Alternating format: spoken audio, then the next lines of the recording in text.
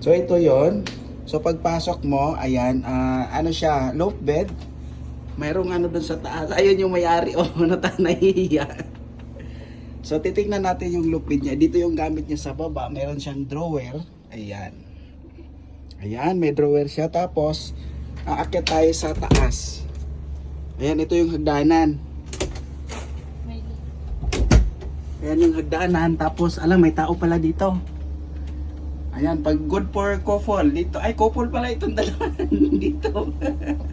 Ayan guys. So magkano upa mo dito, ma'am? 1,100 AED. So magkano sa peso 'yon? 2. So ganun guys, ang ano dito. So kung i-times natin sa peso, yung 1,100